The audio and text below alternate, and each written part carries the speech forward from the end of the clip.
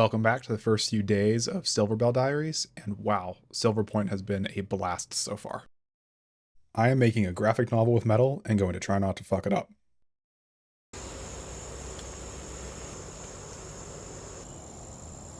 Slowly layering the silver on top of itself has created a really interesting shade. I feel like, believe it or not, metal is the best medium through which to capture metal. That shine on the bell, I'm fairly proud of it. I've been using a tiny copper bell to sort of mimic the light and capture a certain essence and feel. Wow, I am really enjoying this.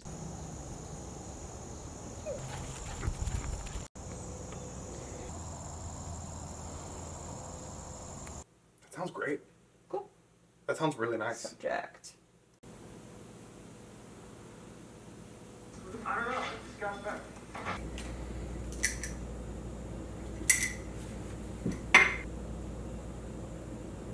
The one-to-one mixture of ground to water did not congeal properly, so I actually had to wait an extra day and let this harden overnight by adding a little bit of extra powder to it. I realize I won't always be able to be upstairs to draw in the studio, so I broke out this old easel that I have that has a broken leg, but still perfectly functional on a tabletop. Kind of sets at just the right angle so that I'm not messing up perspective or anything, but this means I can cook a little bit or make a pot of tea or a pot of coffee, go outside, play with the dog, and kind of in between things get those 5-10 minutes here and there.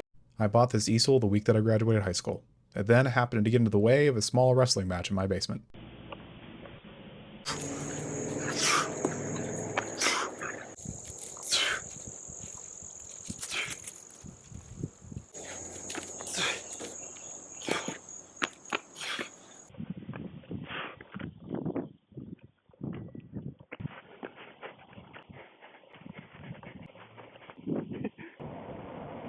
Really needed to go skate a little bit. I don't really skate. I just sort of concrete surf back and forth up and down my hill, but it really helps me get into a flow.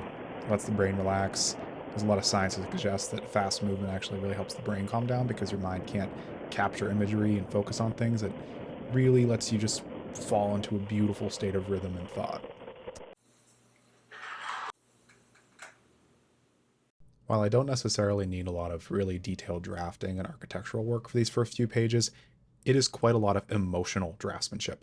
It's a lot of movement, things that I don't necessarily work into the original Bellringer book, and wow, it is very stimulating and incredibly fun playing with it in these first couple of pages.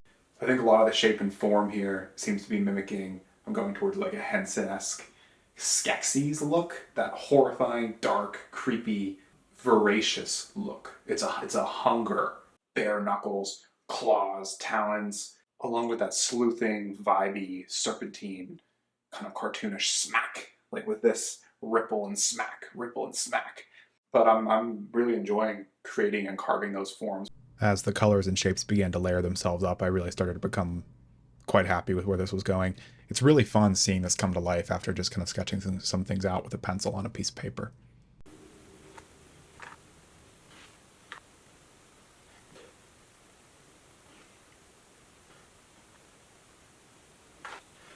More fun with this as well. Sometimes you just want to wait for a few hours. Get your head right. Go back and play with what you sculpted. Dial in those details.